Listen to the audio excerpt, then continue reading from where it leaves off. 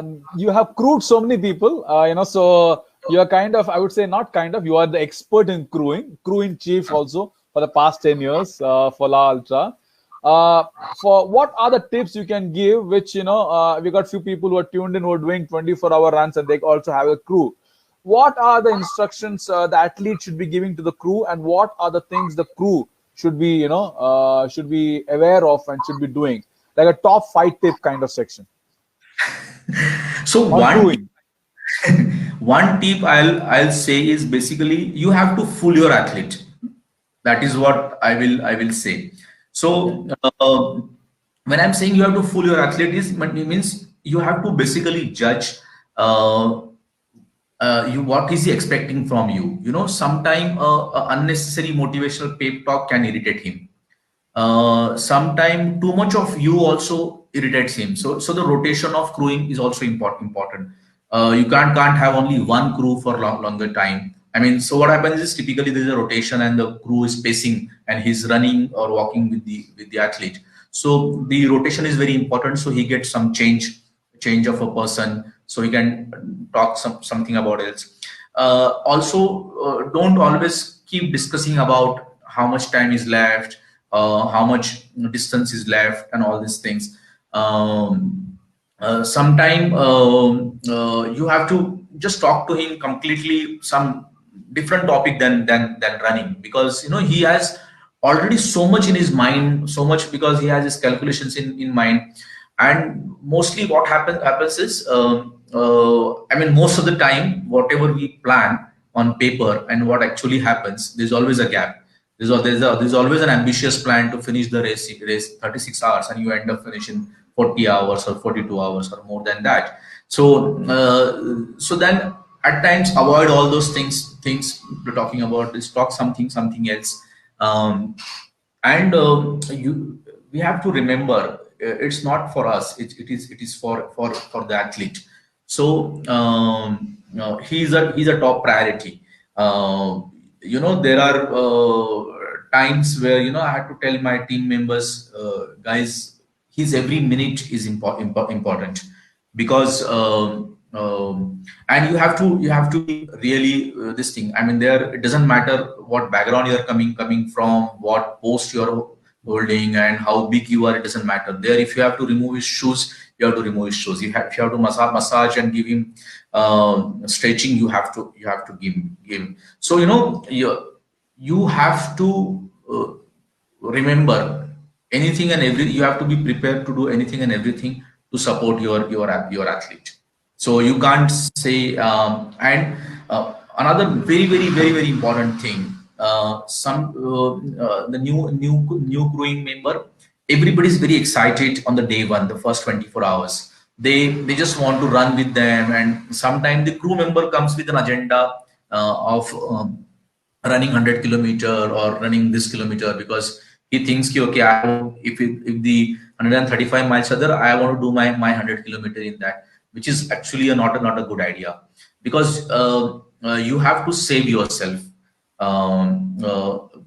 Because after 24 hours, after 36 hours, second day, everybody is tired. The second night is the toughest night, especially at 1 o'clock in the night. Second night, everybody is tired. Your driver is tired, your crew member is tired, your athlete is tired, and that is where the rotation of crewing is very important.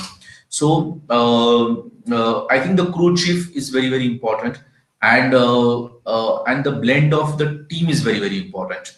So you have to actually follow the army rule there. The chief is right, the boss is always right, and you have to follow him. Because if you tell him, even if you are not feeling sleepy, but if your chief is telling you to sleep, take rest, because he knows that he needs you on the second night.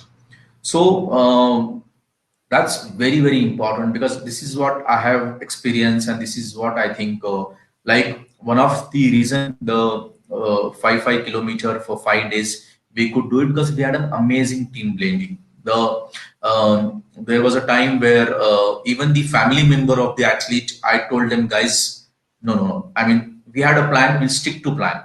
You have your own agendas, it's fine, but we have decided something, we will decide something. So there was like a Tanglangla pass, we decided that every I made a very strict rule that every 1 kilometer we will change the pacer, because it's tough to acclimatize and this thing. So at times the pacer or the crew members would tell me, no, we can do better. I said, it's not about what you feel, it's about the plan we made. So one is, we have to convince the entire team that you have to listen to crew chief. It doesn't matter who you are, what is your age, what background you comes for. It's a race, it's a team. So you have to listen to the crew chief. That's very important. You have to save yourself for the finish line. You have to save yourself for the second day, and that's the key thing, I think. Okay. Thanks for answering. Anything which the athlete should be instructing to the crew? Tough question. Athlete should. I didn't get it. And what exactly you mean? I mean, what are the instructions the athlete should be giving to the crew? I mean, like, because, one is that they will be knowing the person, but is there anything the athlete should be doing so that the crew member knows about things? Anything which they have to tell you? Yeah, I know whether I should say this or not, but I miss to say this. I keep saying the athlete should actually avoid to get a spouse as a crew member. Okay. That's a tough thing. Luckily, I have crewed a lot of bachelors, so I didn't, but and as athlete is concerned, athlete must tell all his habits in terms of running pattern, the eating pattern or sleeping pattern. He of course must brief the team, and he should be honest when we are making the plan. It's no need to plan very ambitiously, because what happens then, if you plan too much ambitiously, then you unnecessarily have a guilty feeling of not performing. So you are already doing an ultra run, you're already an amazing athlete. That's the reason you are there at the start line. So it's no point ambitiously planning. You know yourself what practice you have done. And very honestly, I've done enough of crewing at enough various region. We have no control on what athlete thinks after the 36 hours. Okay.